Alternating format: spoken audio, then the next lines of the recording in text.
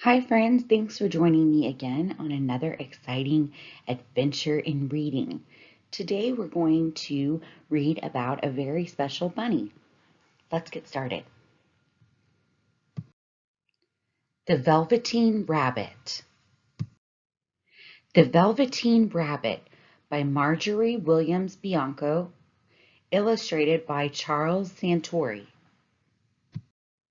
There was once a Velveteen Rabbit, and in the beginning, he was really splendid. He was fat and bunchy as a rabbit should be. His coat was spotted brown and white, and his ears were lined with pink sateen. He was naturally shy, and being only made of velveteen, some of the more expensive toys quite snubbed him.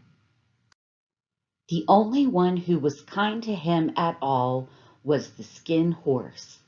He was very wise, for he had seen many expensive toys, and he knew that they were only toys and would never turn into anything real.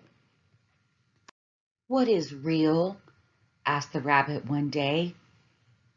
"Real isn't how you're made," said the Skin Horse. "It's a thing that happens to you when a child loves you for a long time. By the time you are real, you get loose in the joints and very shabby. But once you are real, you can't be ugly except to people who don't understand." One evening when the boy was going to bed, he couldn't find the china dog that always slept with him.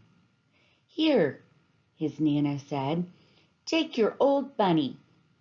That night and for many nights after, the Velveteen Rabbit slept in the boy's bed. And so time went on, and the little rabbit was very happy. So happy that he never noticed how his beautiful velveteen fur was getting shabbier, and his tail was becoming unsewn, and all the pink rubbed off his nose where the boy had kissed him.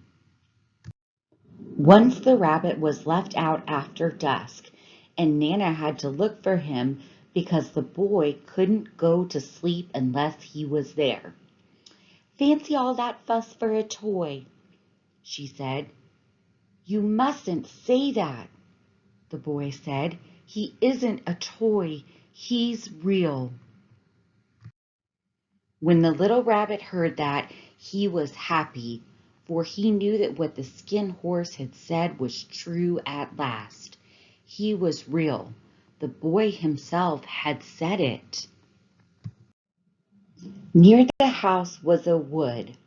One evening, while the rabbit was lying there alone, he saw two strange beings. They were rabbits like him, but quite furry and brand new. They stared at him, and the little rabbit stared back, and all the time their noses twitched. "He hasn't got any hind legs. He doesn't smell right," the wild rabbits exclaimed, jumping back. "He isn't a rabbit at all. He isn't real."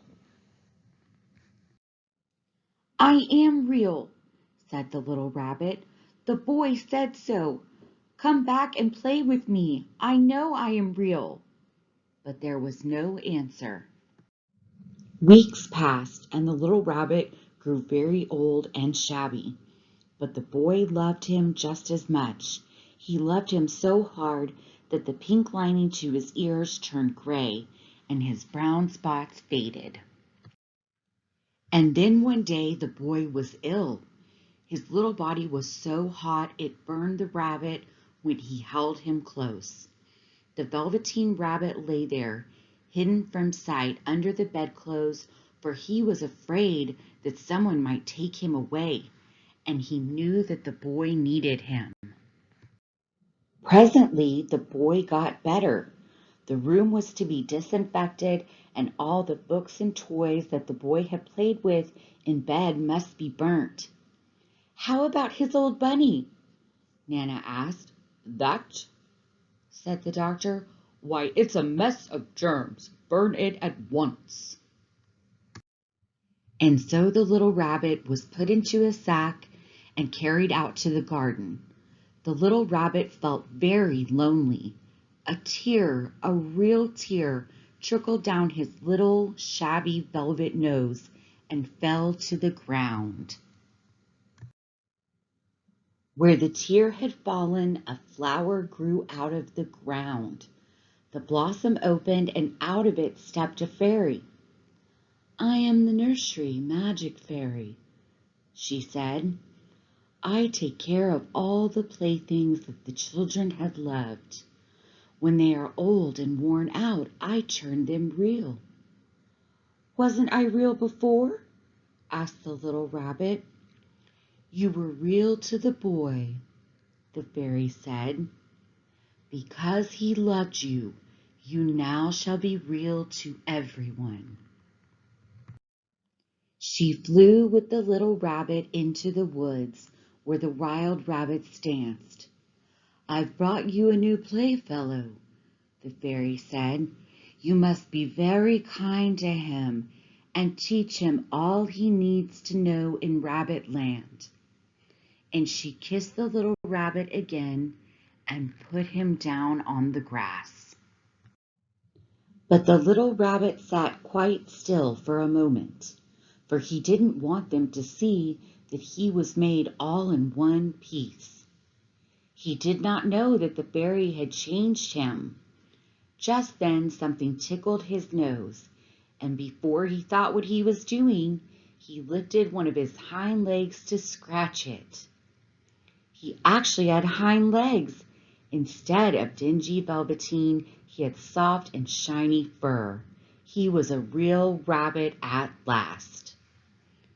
The seasons passed, and in the spring the boy went out to play in the woods and saw two rabbits.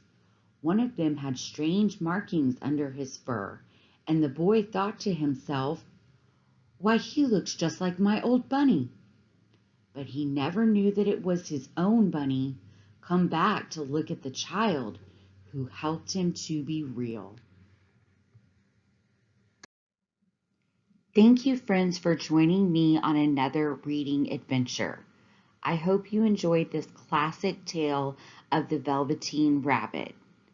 This was one of my favorites when I was a little girl. If you're enjoying my stories, please hit like and subscribe, and please visit my page at The Teachers Read Aloud for more storytime adventures.